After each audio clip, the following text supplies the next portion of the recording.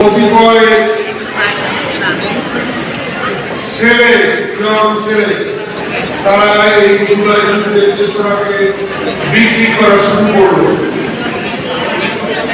অতীতে আন্দোলন করেছে 1969 সালে গণঅভ্যুত্থান হয়েছে, 71 সালে মুক্তিযুদ্ধ হয়েছে। গণঅভ্যুত্থানের নেতৃত্ব দিয়েছিলেন তৎকালীন ছাত্রলীগের সভাপতি তোফায়েল আহমেদ।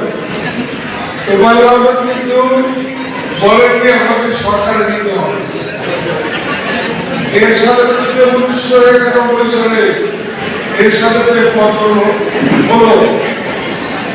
এই পতনে ডাক্তার মিজানের মৃত্যু ছিল পতনের শেষ, মানে কোভিডের শেষ গ্রেড। এর ছাত্র কিন্তু বলেনি আমরা মন্ত্রী হব, উপদেষ্টা হব। কিন্তু এখানকার যারা আন্দোলন করেছে এর অধিকাংশই ফ্যাসিস্ট আওয়ামী লীগের লোক ছিল। তারা আওয়ামী লীগের সাথে মিশে আওয়ামী লীগ করত, এদেশে ছাত্র ছাত্রীদের উপরে অত্যাচার করত, জনগণের মালামাল লুট করত, হেলমেট হয়েছিল, হেলমেট অত্যাচার করত। তারা আবার যখন দেখলো হাসিনার অবস্থা খারাপ, তারা ছাত্র আন্দোলনের সামনের কাতারে চলে আসে।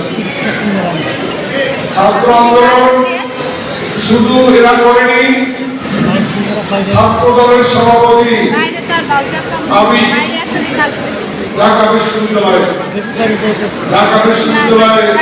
বলেছিল আপনারা যদি চান আমি শোনাতে পারবো, দেখাতে পারবো ভিডিওটা।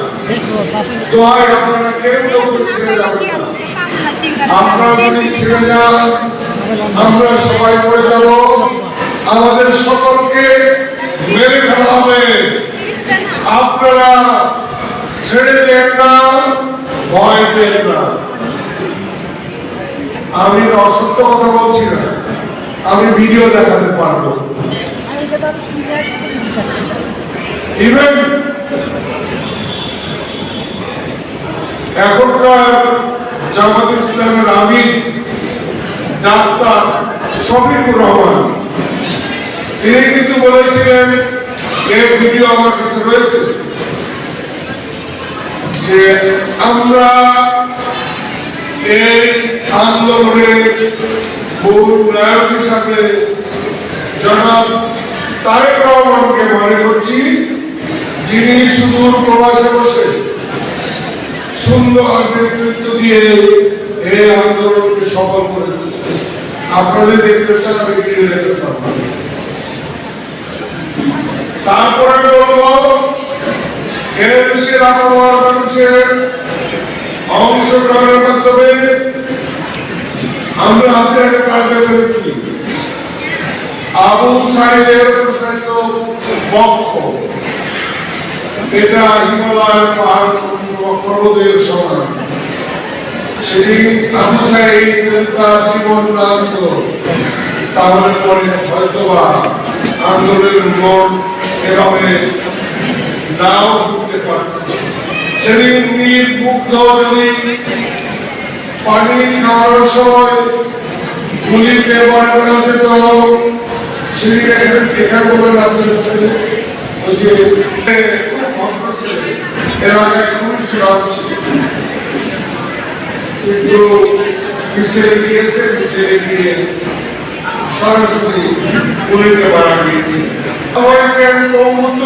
করেছেন যারা এই সরকার তাদের সাধ্য মতো চিকিৎসা দেবে, চিকিৎসার জন্য দেশের বাইরে পাঠাবে এবং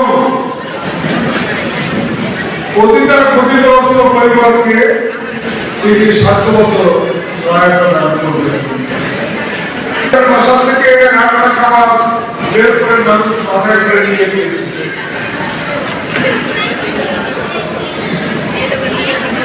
আমি দেখেছি তাজা মাছ, ফ্রিজের মাছ মানুষ মাথায় করে নিয়ে গিয়েছে।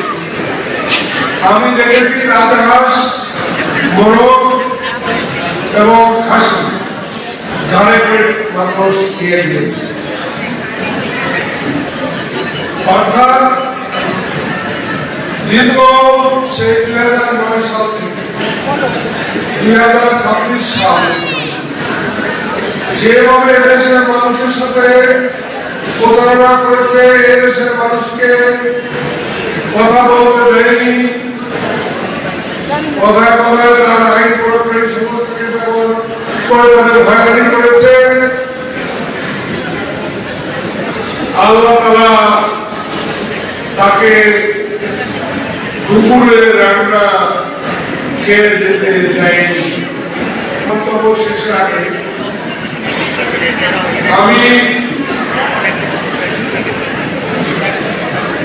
মুসলিমদের একটি শেষ পরিণতি বলে আমি শেষ করতে চাই।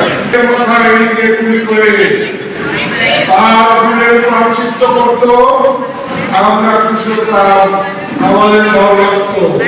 বাংলাদেশে আর কোনো ফ্যাসিস্টের জন্ম হতো না। আপনাদের সকলের ধন্যবাদ। আমরা একটি সুন্দর গণতান্ত্রিক সরকার জনাব তারেক রহমানের নেতৃত্বে গড়ে তুলব। আমরা একটি গণতান্ত্রিক শাসন ব্যবস্থায় ফিরে যাচ্ছি। আমরা দেশকে উন্নয়ন করে ছাড়ব ইনশাআল্লাহ। আমরা শহীদ জিয়ার স্বপ্ন, রাস্তার দুই পাশে ফলের গাছ লাগাও, তোমরা হাঁস, মুরগি, গবাদি পশু, গরু, ছাগল পশু লালন পালন করে কর্মসংস্থানের সৃষ্টি করে আত্মনির্ভরশীল হও।